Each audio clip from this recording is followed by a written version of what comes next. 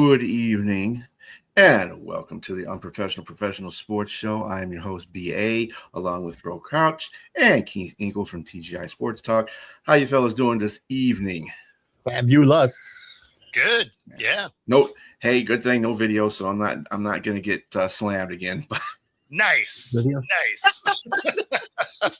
Man, that immediately barbecued it too. Right, it barbecued it. It just took it out. So apologize to everybody out there who was looking for that video. It got taken down. It's just not. Yep, didn't happen.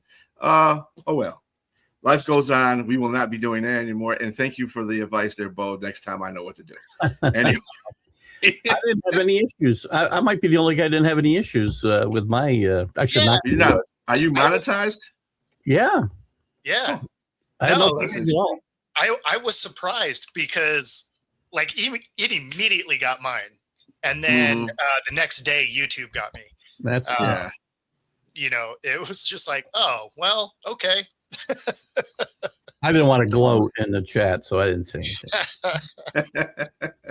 Or that was our unprofessional part right there. So I mean, what it means is when YouTube randomly decides to check your channel out, you're just going to get nailed on a bunch of stuff.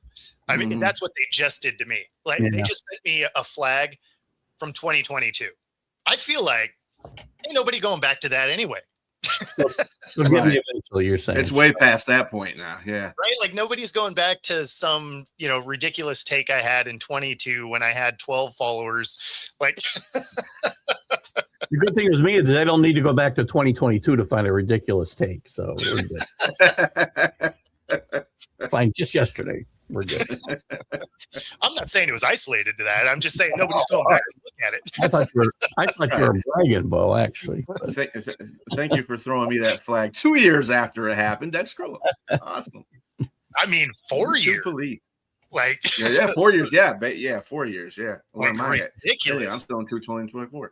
Okay. Anyway, speaking of things that are not in 2024, as we switch from Milano Cortina and go to the French Alps Winter Olympics. These were a pretty eventful Olympics. I gotta say, I was really kind of touched upon these Olympics. I mean, it's great. For overall things, I mean, Norway had the most gold medals and the most overall medals ever in a Winter Olympics. The U.S. had the most gold as well as the most medals they've ever had in the Winter Olympics.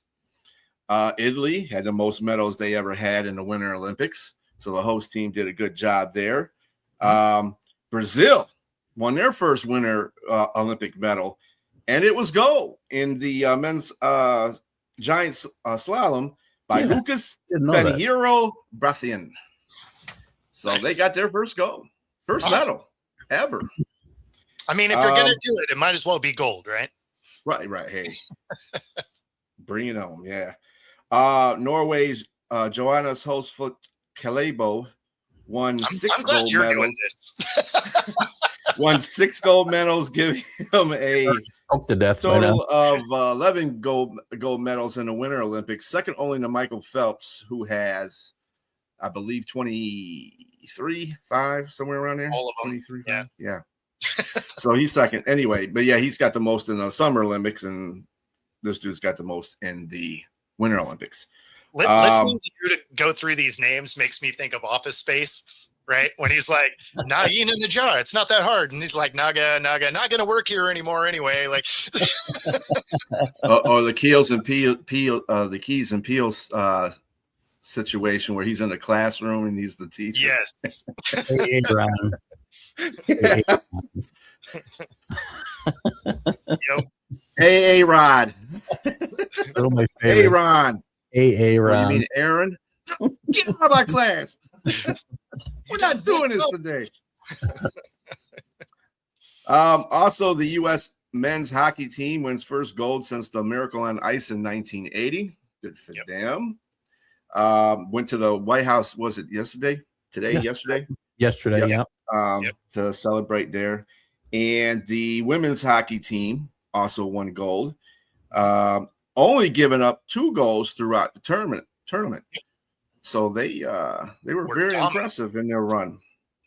They didn't go to because they had other commitments, but they were invited, so that's there. Let's see. Other than that, I mean, yeah. Other than that, I mean, the Olympics were just great. I mean, not the personal triumphs that some of these people had too. Like Alyssa Liu, she was tremendous. After giving up the sport, right? And giving up the sport way. To take a mental break from it, because it is, for some people, that is, going through that every day. Hey, Ron. Yeah. Go to O'Shag Hennessy's office. Yeah. Who? You mean O'Shaughnessy? Yeah, O'Shaughnessy.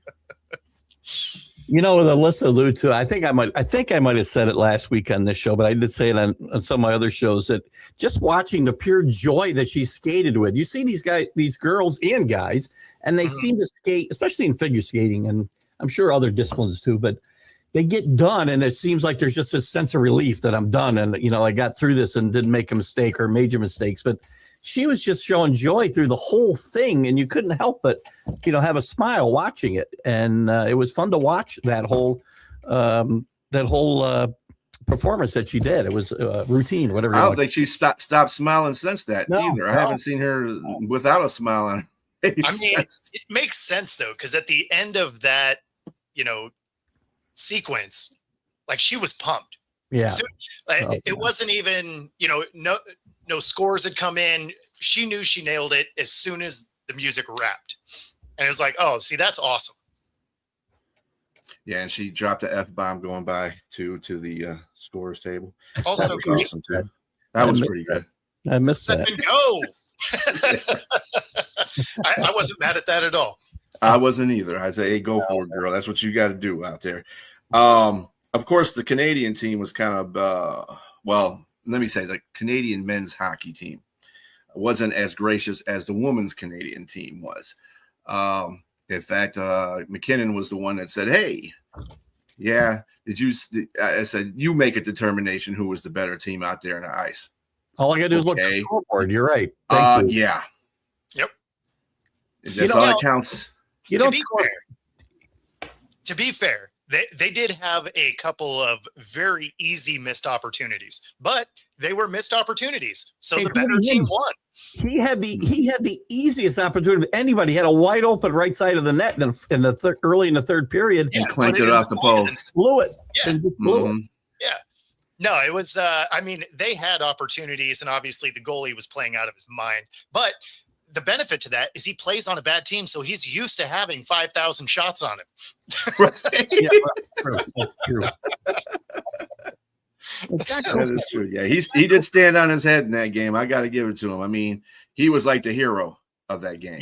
Well, even the Hughes with the overtime goal, the Canadian men's team are talking about, we don't want 3-on-3. That's just beat. If you would have won, would you have said the same thing? They did win. They did win one of those. Exactly. Twice. Exactly. And everybody I talked to, because we ended up doing basically a watch along during my Sunday stream of conscience. Everybody told me the Canadians had a huge advantage 3-on-3 against the U.S. See, I didn't think that was true, but I actually thought Seattle. I actually thought that the U.S. team were going to benefit from going to overtime because we were a younger, faster team. They were older, more seasoned. Yeah. But we were just younger and faster. So I thought if we got to overtime 3-on-3, we would have a good shot. I was worried they were going to give up the goal in the third.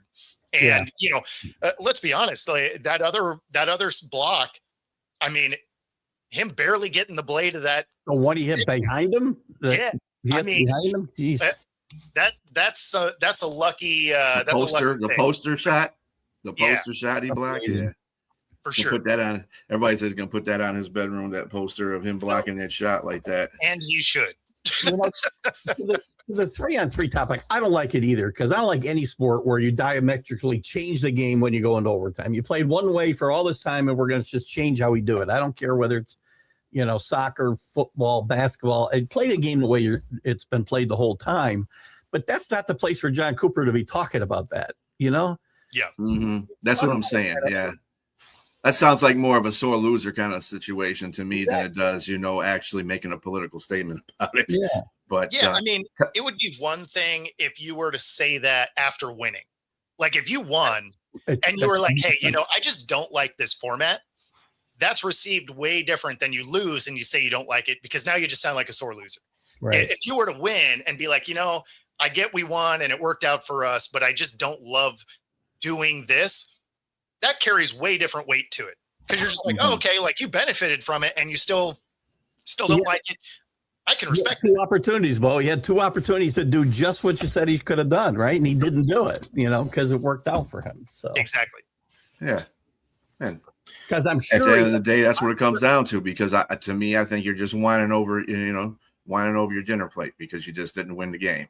So I'm sure in those other two instances against Finland and I think Czechia, however you say that, I know I'm probably saying it wrong.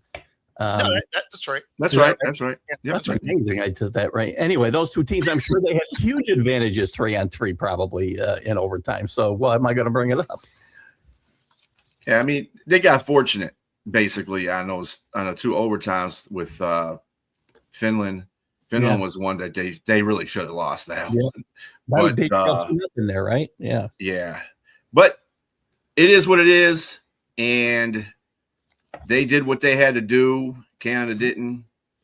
Go home and cry about it later. Like I said, the women's Canadian team, they were a lot better about it. They didn't really. They said, yeah, it was even great for us to even get the medal in there, and we played well up to that competition. We just didn't get it done. That's all right. That's okay. They played a really good game. That's what they said. So I mean, I didn't hear no whining going on that side. I wish I could remember who to attribute this to, but I saw it again this week several times that you win gold, you win bronze, you settle for silver. So yeah, no, that's true.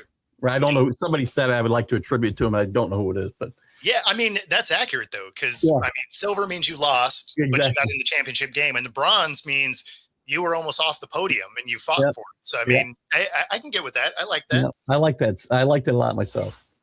I probably should have liked it enough to actually attribute it to actually. I mean, that's fair. But and Brad, just to answer your question there, I don't know that we're going to have a WNBA start at the first part of May there. Doesn't look like it. Maybe, right? Because not only has the CBA not been worked out, but even if it got worked out today, right this second, they would still have to sign all these free agents because like 2/3 of the league isn't signed to teams. Mm-hmm. They have to get through the secondary draft for the two teams that are coming in. And then they have the actual draft after the championship game. So, I mean, you got 2 drafts and free agency to try and get done in, really 7 weeks because the first preseason game is actually the end of April. So, I mean, even if it was signed today, I don't know that they get that done. Just any way to run a league. Good grief. It is awful. And the worst part about it is it really is the WNBA overplaying their hand here. The players have the leverage because this is the first time you're making money and they could stifle all of that momentum. But then on top of it, they started 2 other leagues that are doing well, which means they're making more for less time on the court and not like a little bit more, like they're making double their WNBA salaries to play significantly less time. And you're going to try and play this hardball where they can be like, okay, so I can come to the WNBA, play for 4 months for half the money, or, and hear me out, I could work half as much for twice as, I mean, what are we doing?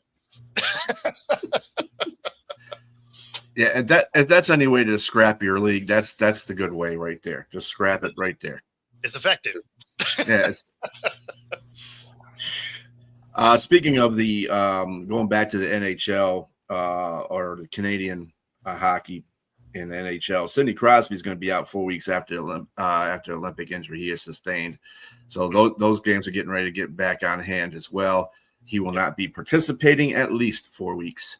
In fact, today, NHL comes back today. Back today, yeah. All right, there you go. I knew it came out one of these days this week. I just couldn't. Yeah, there was a couple of guys who didn't make it to the White House yesterday because they had to get back and prepare for today's games. I mean, they missed out on some McDonald's. I think they're all right. I might have been KFC yesterday. I'm not sure. Oh, I read that it was Mickey D's. Tuesday's KFC day in the White House, I think. I don't want to go nowhere with that because that just brings up finger licking good. Yeah, that's not. I'm not going there with that. There we go. At least we're there. I get myself labeled a racist no matter what I do. Jeez. That's not nice, Rob. I know you. Listen, before we wrap up the Olympic, by the way, I got to go back to the whole Johnny Gaudreau thing too. It was just we were doing a watch along, as I said. I had a hard time keeping it together at the end of my show, watching them skate around with his jersey and then bring his little kids out onto the ice to take that picture. I mean, kudos to all those guys for keeping his spirit alive during the course of this Olympic team that he definitely would have been on. And I think it was one of the coolest things that I've seen in a long, long, long time. Yeah, it was pretty. That was pretty amazing for them to bring his kids out. Yeah, and I guess I was reading a thing about it. It sounded like they were going to try and bring the whole family out. Yeah, but they just didn't have a way to get them like through the gates and out there. And so they were just like, oh, let's grab the kids because, it's such a short period of time to get that to all happen. Yeah. So, pretty cool, though. It was. Good for them. Yeah, and kicking off the NHL games tonight, since you want to bring that up there, Bo. Buffalo's going to be at New Jersey. Philadelphia is going to be at Washington. Toronto at Tampa Bay. Seattle at Dallas. Colorado at Utah. Winnipeg at Vancouver. Vegas at LA, and Edmonton at Anaheim. So those are your beginning second half hockey right there. Starts. Yeah. All right. So on to the NBA. James Harden fractured his thumb and will attempt to play with it for the rest of the season, but he might not make it for tonight's game against the Bucks. That's the Cleveland Guards player, James Harden. He's been ripping it up too since the trade. So, I don't know how this is going to affect him basketball wise. We'll see.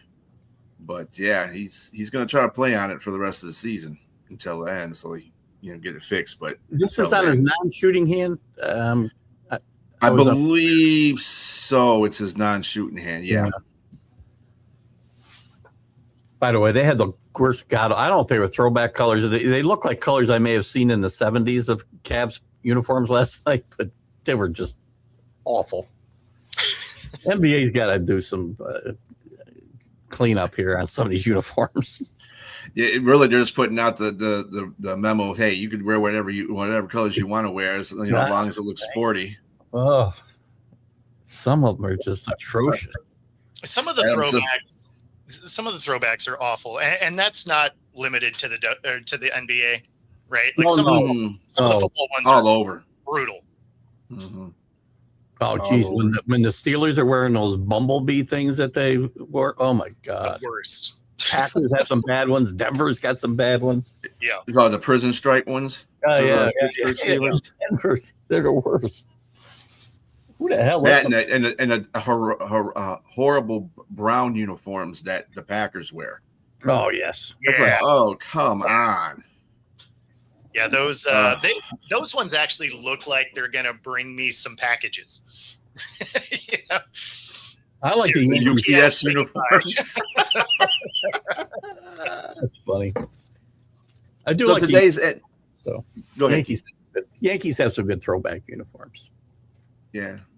I think the Tigers are getting a little bit nuts with theirs too. Yeah. Tigers are getting a little bit nuts with theirs too.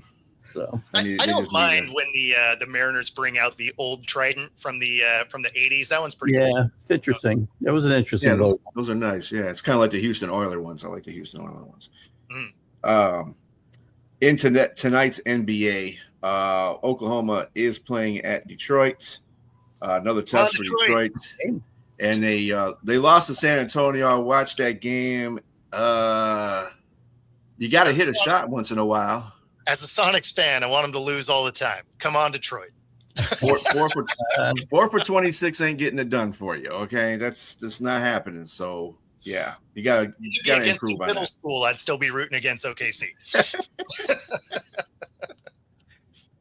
Golden State's going to Memphis. San Antonio's those Spurs are going to Toronto. Cleveland's going to Milwaukee, as said before. Sacramento going to Houston, and Boston will be at Denver.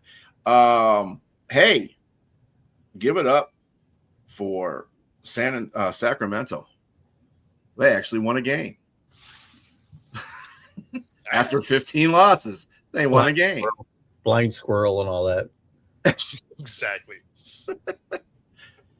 So pretty bad. It's going to be an interesting. We're honing down into the getting to the playoff positioning right now. The Pistons hold the number 1 seed in the Eastern Conference. Of course, OKC holds the number 1 seed, and the Western Conference. By the way, just to give a caveat that San Antonio has won 4 of the 5 games against Oklahoma. So, okay, Oklahoma better buckle up. What do you got on here about this LaMelo Ball? I mean, I figure since we're talking NBA, we might as well have a little comic relief. So this is him getting some questions about the car wreck he got in. And when you watch the video here, you're going to see that the car wreck is easily his fault because you couldn't be more on the wrong side of the road than he is when he drives over the front of this car. How were you kind of made aware that the other person in the accident was also okay? I know she did suffer some injuries. Oh, no, I seen her get straight out the car. Can you put into words the last 24 hours with you, how it's been emotional for you to have to deal with that and then come here and play a game tonight on top of that? I'm just alive, blessed for him. So God is great, like I said. LaMelo, you did. And then just leaves the presser, doesn't even hang out. But I mean, when you watch this, it is hilarious because I mean, that person is solidly as much in their lane as you could possibly be, and just absolutely mashes the front of it. His truck's tall enough that she just wipes his tire out. Did they recently play in London or something? Can I excuse him because he forgot what side of the road to drive on? Or I mean, no. Sadly, no. How great is God if he can't even give you some basic driving skills there? I mean, LaMelo. To be fair, God watches football. Right? That's true. So that's why everything on the planet is so messed up because 7 days of work and then he's just been watching football ever since. Yeah. Too busy. Yeah, him and Brownie had a little X commentary going on between that, and he was like, because he was saying the same thing as you, but how do you drive on the wrong side of the road? First of all, what were you looking at? Were you looking at your phone? What were you looking at? And he said, well, I was looking at that big poster up there, and that's talking about you were the best, and that kind of scared me, and that's why I went that way. So, I mean, he was so far on the wrong side of the road. It's unreal. Yeah. Like if you had just crossed over a little bit and you snagged them because they were close to the line too, like I could kind of see it. His right side tires had room from the double yellows. I mean, you couldn't be more on the wrong side unless you were on the curb. Funny stuff. Yeah, and on top of that, dude, I mean, I know God is good. Okay, well, what about the victim? Well, not the victim, the other person that you hit. You didn't say, I'm glad she was fine and everything like that. And that would have been nice. No, she just got straight up out the car. She's got to be good. Well, that's not adrenaline at all. Okay. She got out like this. Who am I going to sue? She's doing the Johnny Manziel. That would have been funny if she did that coming out the car.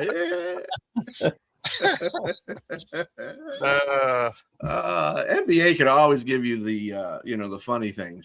It's just it's hilarious. It's bad enough football does it, but NBA has always got to be the dessert topping. There's always goofy stuff. And so as soon as you switched over to the NBA, I was like, "Oh, I got something for that."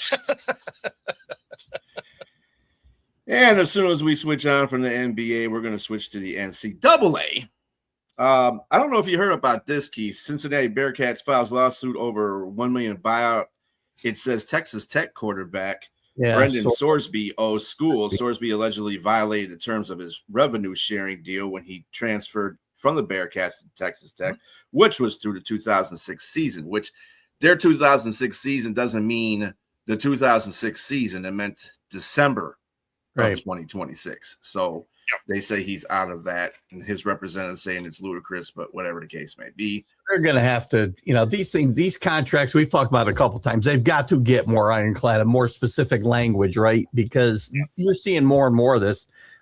We've seen several times, and Sorsby's a really good quarterback. He's arguably the best or second best quarterback in the portal, I think, this time around. And this isn't going to stop anytime soon. So these teams have got to get better language in these contracts to avoid this type of thing, or the guys just got to pay the money back, one or the other. I mean, that's the thing, right?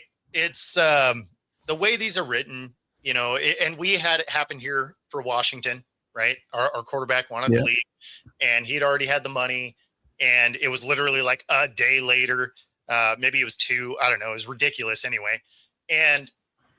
But there's nothing that keeps them from paying the money back. Yeah, the school isn't obligated to put them in the portal. But if the team that you wanted to go to already offered you a deal, you can just go apply at that school. Like there's nothing that says you can't do that. You just have to actually provide some effort. So you have to go apply. You know what they're going to do is accept you because they were trying to anyway. Of course. Of course.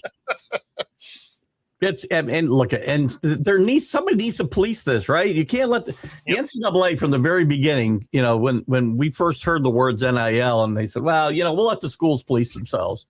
Well, that's like, giving the bank robbers the keys to the freaking banks. The NCAA would. You can't let the schools police themselves. The NCAA would give the thieves the keys and then be like, why did you steal from us? Yeah. And if that's not bad enough, we'll wait for Congress because they don't screw anything up. We'll let them fix the whole thing. Oh my God. It just has to be pro style contracts. Simple as that. Like they have to be pro style endorsement contracts. It's very simple. You stay for this amount of time. You play this amount of game. And here's the thing too.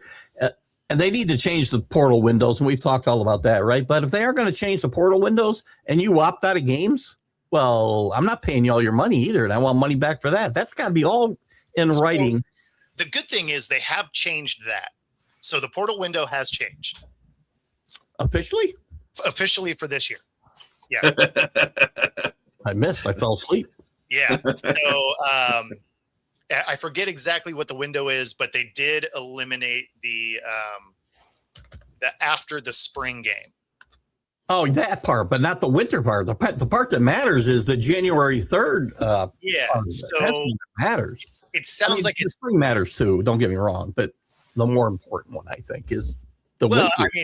The second one means at least the spring game matters again. Yeah. Right. But it sounds like it's moving towards having one portal window. Now, there's still going to be ways around it, right? Because you don't have to get in the portal. Like if the school will accept you, you can just drop and move. Or if you are a 2-sport player, you might be able to opt into a different portal because of another sport. So, there's going to be ways to game it. But I didn't know this. Yeah. I did know this. I forgot. There's always one portal for 15 days, but it's still at the wrong time of the year. It's okay. The spring portal being gone is important a little bit for football, but more for basketball. Yep. Players were hitting the portal. I remember John Calipari talking about Arkansas just won a big, I think, to get to the Elite Eight, and he says, now I got to go back to the locker room and start recruiting my kids. They don't leave. See, and that's the problem. Is if you're having to spend this much time recruiting your own team, that's the problem. Like, how are you gonna get better? And that's why you started seeing some of these schools. They don't even recruit high school kids really. They're just off recruiting other teams' guys. Now let them do the legwork.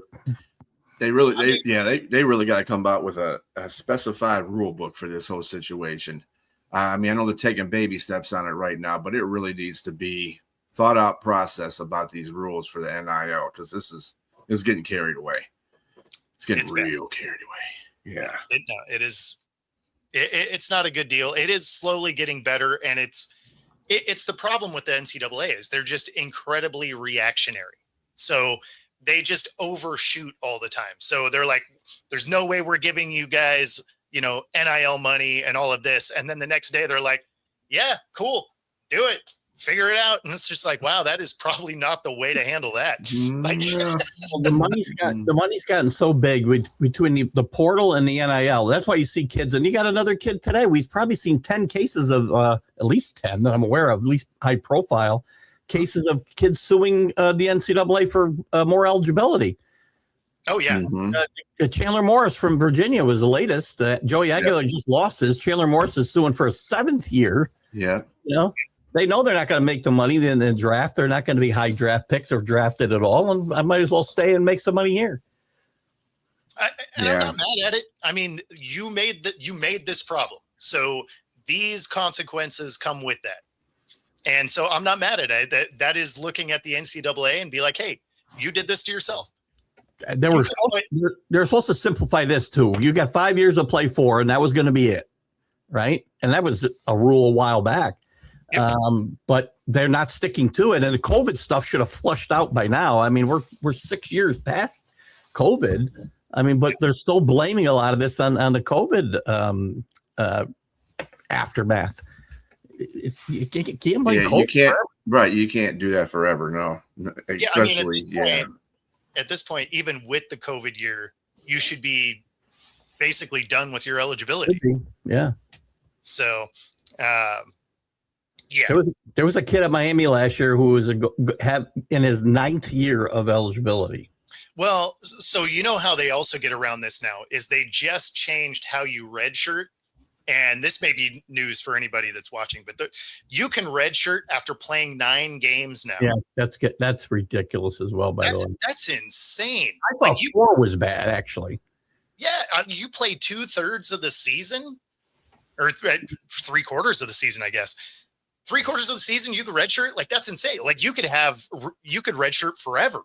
Yep. If you're not going to the playoff, right? If you're a top tier team, you're not going to playoff. Why wouldn't you redshirt your best players right away and be done with it?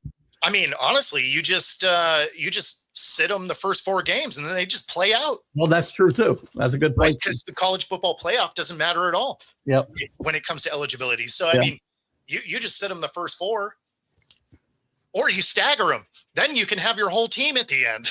You make this stuff up, man. No, it's really wild. And of course, I mean, based on that, you could go get a doctorate and be eligible the entire time. Well, some of those kids would need that to get a doctor, BA actually. Oh, no offense, BA, but.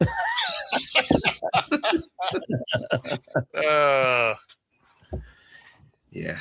I heard it when I said it. But. That's okay. You're good. Hey. Phillip Rivers' son, Gunnar Rivers, is going to be quarterback in. He's committed to NC State for 2027. Sure. I'm a little surprised. I mean, this kid is one of the top recruits, and he wants to go follow in his father's footsteps at NC State. So, God bless him. We'll see how long it lasts, but because nothing's a sure thing. There's no sure thing to go to step foot on campus. But again, it's he's one of the most chased after prospects for, I think, 27, you said? Mm-hmm. Is that right? 27 season. Yeah. So father had a great career there. We'll see if he can live up to that mantle. And swinging from the NCAA, well, one looks no for NCAA basketball, men's basketball. Duke and Michigan hooked up for a 1-versus-3 fight, and Duke came out on top. Duke played very good. It was a very good game. It was a really good game. And I'm not a big Duke fan, but I liked it. It was a really good game. I couldn't say anything about this game bad about Duke because Duke. I thought it was a really good college basketball game overall. Yep. I think you saw the Boozer. I think is the best player in the country, and showed it most of that day. And at the end of the day, this isn't going to matter. Probably both these teams are going to be 1 seeds, I would say, unless something crazy happens the next couple of weeks. But it was fun to see this type of matchup this late in the regular season. So, yeah, I believe they're 1 and 2 in the polls. I think they are. The new poll out, they are. I know Duke's 1. Yeah, Duke's definitely 1. Yeah, Michigan's 3 in the AP poll. Yeah. Oh yeah, isn't Arizona ahead of them? Arizona's back up to 2. Yeah. One other note that I'll talk about tonight in the college sports huddle too. Jeff Monken from Army has put out there that he's be okay moving Army Navy off the date they play historically, which is second Saturday in December, whatever it is, first Saturday in December, to Thanksgiving weekend, to allow the playoff to start earlier, to accommodate more teams. Now Navy hasn't commented on what they would do. And they won't do it, though, unless they still get that 3-hour window where they're the only game being played. And they could accommodate that, I think. Yeah, they could do that, yeah. Yeah, you would think so. Huh. It would have solved a lot of problems, because with both those teams being in a league now, and the same league, the Army-Navy game takes place after the American Conference Championship is played. So it's kind of weird already now. So I think moving this up makes sense in a lot of cases. I like them having their own standalone day. It's always been kind of cool. But, the new realities in college football, that's not going to last. And they might as well get out in front of it. Yeah, that's a good idea. It's not college football anymore. I understand it's played by college. But it's professional college football. It's still college football, but they're professionals playing it. Yeah. That's exactly right. Yeah. Except those guys. Those guys are not. They're the only guys not getting paid, really, is Army Navy guys. So, but they both have had realistic shots at the playoff too in that last couple of years, to think, they could get to the playoff. And that game standing there by itself would kind of hurt those chances as well. So anyway, playing it earlier makes sense, I think. And finally, in the NFL news, do you think A.J. Brown's going to go to another team this season? No. Sirianni's kind of like this about it. No one's going to give up enough capital to go get him. No. I think he stays in Philadelphia. I agree with both. It's going to take too much. Also, the Bears grant linebacker Tremaine Edwards permission to seek a trade. That's kind of he was pretty much their defense when he played on there. He was pretty good. So I'm trying to figure that one out, but okay, it is what it is. Also, Brandon Aubrey is asking for $10 million. Yes, he is. And damn it, he better get it too, because he is one of the best kickers in the league all around. So here's the thing. So they offered him 7.5, which would already be the highest paid kicker. Buckner makes 6.5. Right. So going to 10 would reset that market in a ridiculous way. Now it's for Dallas, so I hope they do it. But but at the same time, it might end up at 8.5. But I don't see a scenario where they actually give him 10. Not there. I love watching that guy kick, though. I mean, it's like no effort from 65 yards. He's making the same effort as he makes from 30. It's just. I know there's got to be more effort there, right? But it doesn't look like there's any. The mechanics are all exactly the same. He's got very little fault. It's just a short little a chip on the. And did you watch Cam Little? And Cam Little's booming 70. So, Well, true. It is what it is. I'm only talking about the way he kicks and that little bit, just the way it looks. The effort doesn't seem to be anything different. He's going to make a 70-yarder in a game that counts. Mm-hmm. Oh yeah. I mean, what he has in practice, he did in the UFL, right? So yeah. Mm-hmm. Yeah, he's a really good kicker. Oh well, hey, you know what? I think kickers need a pay raise. Is it good for the game though for these guys to be so good from so far out? I don't know that it is. I think I'm not a big rule change guy, as you know. I hate rule changes, but it's got to get harder for these kickers. I don't know what the answer is, but maybe the answer is going back to the way they used to have to prepare the footballs, because the fact that they've changed the way that they handled the footballs this year added 10 yards to everybody's kick. Yeah. So, you're allowed to manipulate footballs? I thought you get fined and suspended for that. Well, the inflation's the same. Interesting. But they got to work the ball a little bit. I see. I misunderstood the whole thing. It's kind of like when baseball had the juiced balls, right? And people were launching them out of the stadium. It's kind of the same thing. Like the kicker balls are basically juiced at this point. You're watching everybody that could barely hit a 60 get 65 now. The only thing that changed is the football. It's going to ruin my whole shtick. I say you can kill two people in the NFL, but don't let the air out of football. So now you're ruining. I hope you don't use that line anymore. So we found out a few international games that were going to be played. The Commanders and the Jaguars are going to host London games this coming up season, as well as the Lions will be hosting in Germany. And I'm not a big fan of international games. I'm sorry. I know it's a Goodell thing, and he wants to market and make the money, whatever the case may be. He lets have one a week within the next couple of years. That's crazy. Yeah, you're almost there anyway. I mean, there's already 8 of them. Yeah. Aren't the Jaguars like officially like a home, or maybe was that just a plan, or did that come to reality? They're like the official home team of London. Well, it's because their owner owns the stadium in London. That's how they always end up there. Yeah. So usually the Jags had 2 games there. Yeah. They'd have a home and an away. And this time they're going to have 2 home games there this year. They're going to have 2 home games? Yep. They're going to be the first team to do that. They're going to back-to-back games in the pond are both going to be home games in Wembley Stadium. One's going to be in Wembley Stadium, the other's going to be in Tottenham. Yeah, so one of those is the one the owner of the team owns over there. I forget which one it is, but yeah, I mean, so you have that. And I mean, realistically, if you were to do a home game and an away game, so everybody that goes over there basically plays 2, and then you come back to your bye week or something, like that could work, right? Yeah. Like that scenario could feasibly work out. But yeah, I don't know. We'll see. We'll see what happens. I'm not a fan of this either, Brian. No, again, why?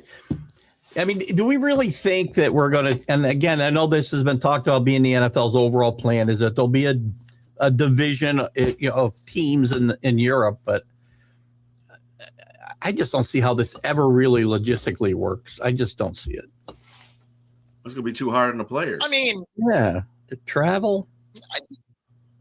I like from your East Coast teams, it's not really that much further to fly to London than it is to Seattle. Well, time on the airplane, it's actually really not that much different. Yeah, it's 5.5 to Seattle. You're talking half of the league. About the West Coast is the other half of the league. So there's that. But there's not a half of the league in the West Coast anyway. But then we're used to traveling everywhere anyway. Like we have to travel back east every other week anyhow. Well, what happens when you got to travel 14 hours to London? I mean, that's going to get. I mean, they won in Germany. Like the thing is Seattle but you're just doing it one time. If you're not going to do it one time, I mean, well, I guess depending on scheduling. I guess. Well, if they have a league in Europe and a league in America, then you're going to be flying over there quite a few times. But a division, it's going to be part of the NFL, right? It's not going to be a different league. No. But it would be a division, right? So that whole division would be there. So they'd all play each other twice. Right. And then you'd have teams that would fly in. They would also fly out. So, I mean, you're going to have six. You still got to have 6 teams go. I guess. That's no different than what's happening now. I don't know how you'd have a balanced schedule, though, because, if you have to play an entire division, you got to go there at least twice. Yeah, right? But I mean, it's only twice. That's the point is, you got to travel, but I guess you could play in back-to-back weeks. I just think there's going to be an advantage for somebody. And I feel like the teams in Europe would have an unfair advantage because they're going to have longer homestands than other teams might have. Again, maybe I'm not thinking it totally through, which I've been known to do. I mean, they're going to, let's not pretend that the NFL won't shaft them also. Yeah. Like they're not going to get to play all of their division games in a row. Like they're going to have some messed up road trip where they fly to Seattle and then they go home and then they go to LA and then they go home. Well, and then they play there for 3 weeks. I mean, 2 weeks, whatever. Well, no, because they'd probably have a home game or something. But, like the NFL will absolutely do that. I mean, we've had it for Seattle. I mean, they generally are the most traveled team in the league anyway. Right. Because we have to go everywhere from here. But, if I remember right, we went to Germany and then we had a home game and then we went to the East Coast and played like Miami or something. So, I mean, the league doesn't care. They're like, shut up, get on a plane. Yeah, that's basically it. Yeah. So I don't. We also don't need 4 more teams, by the way, because we can't field a competent offensive lines now. But let's add 4 more teams where we'll even thin that position out further, amongst other positions, obviously. But offensive line play is awesome. Maybe they'll take 4 teams nobody wants in the United States and put them over the Jets. Jacksonville will be leading that list. Send the Jets. Nobody will miss them here. Yeah, one team for Besides, they need a home, right? Also, you might as well send the Chargers. Nobody cares. LA didn't need 2 teams, right? The Jags for sure. They're going to be looking for temporary. Well, they're going to look for a temporary home when they redo their stadium anyway. Free agents? Signing free agents will be a huge problem. I would think. I just see a lot of problems, but. Well, and then and at that point we've already listed 3, and then just send the Titans or something. Like, I'm resistant to change. Break up the whole AFC South, huh? Okay. Yeah, well, if you're going to do it, even though it's the NFC South, that's pretty terrible. But we're going to break up the AFC South. But it'd be easier in baseball because you can find a bunch of teams nobody goes to see, and nobody cares about that. Don't even try to win here. Send them over there. Maybe there'll be more money for them. Yeah, the Pirates and the A's and the Rockies, the Angels. Yeah, there you go. Boom, done. And those stadiums would sell out nonstop because it'd be new to them. I mean, that's the biggest thing, right? Is they sell out those stadiums in minutes. Well, then maybe Artie Marino would be right that fans don't care about winning. It's not even in the top 5 priorities. Did you see that story? Not to hijack the show, but it's Monday. Jack said, kudos Artie Marino. I'm like, are you kidding me? Kudos Artie Marino. This is why this team doesn't win. He thinks his fans don't care. Not only does he think the fans don't care, he doesn't even think it's in the top 5 things they care about. This guy is so out of touch or just an excuse maker. Well, Mark Cuban made that same comment. So they don't necessarily. So part of it's kind of true, right? They don't necessarily care if you win, but you do need to be competitive. Yeah. I mean, look at the Mariners. We have some of the best attendance, have for a long time. You know what we haven't done anything of? Winning. Well, you haven't lost 120 games a year either, though. Well, no, so that's the point. Is we're competitive. We're in the conversation. We miss it 99% of the time. We've never even made it to a World Series, but we're one of the better revenue teams because we're always competitive. We're in the conversation, despite the fact that we missed the playoffs by one game 90% of the time. And being competitive is winning. That's part of being competitive is winning. So winning is winning. Competitive means you have a shot. So let's not pretend that being competitive is winning. Winning gets hardware. So that's why I say competitive helps you win, though. Well, but winning doesn't necessarily. You can't win without being competitive. Yes, you got to be competitive. I don't know. Well, that's true. I get his point. Affordability. I'm sure fans care about affordability, right? And being able to take their family to a ball game. And he's not wrong. But two things can be true at once. I want affordable ball games and I want my team to win. I mean, two things can be true at the same time. Well, yeah, I mean, I think back to when you could get affordable Mariners tickets and you could find some, aftermarket tickets for $10. Yeah.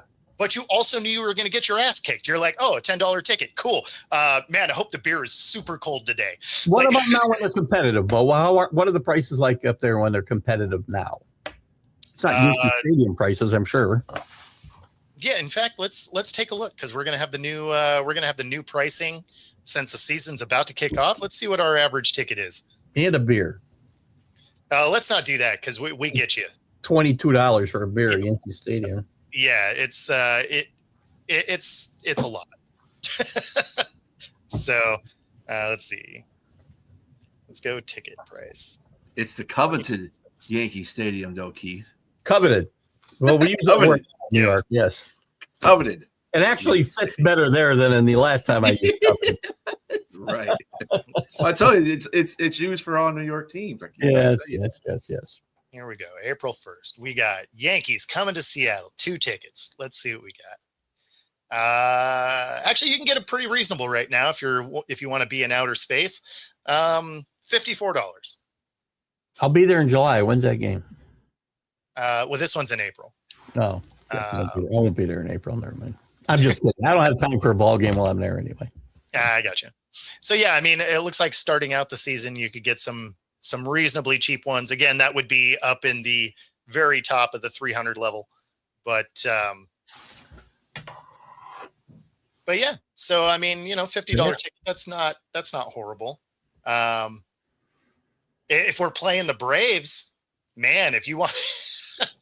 If you want to be up in the 300s, you can get it for $29 right now. If you want to sit in the bleachers, and then the upper deck is $33. If you want to see a terrible Braves team.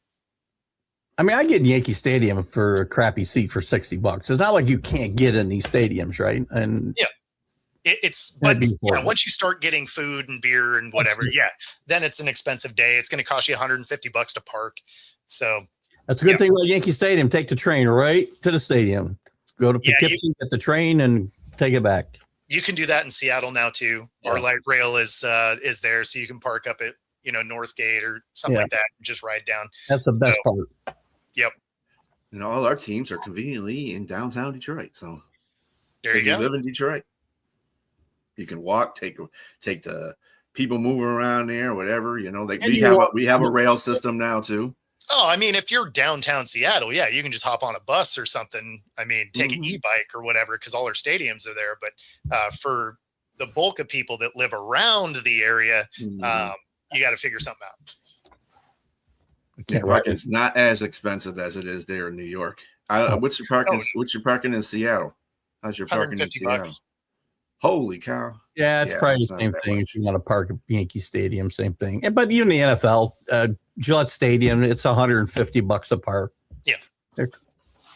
Yeah, I mean, even going to the Kraken game, if you park where I normally do, it's which isn't actually at the stadium. It's one of the parking lots that's next to it.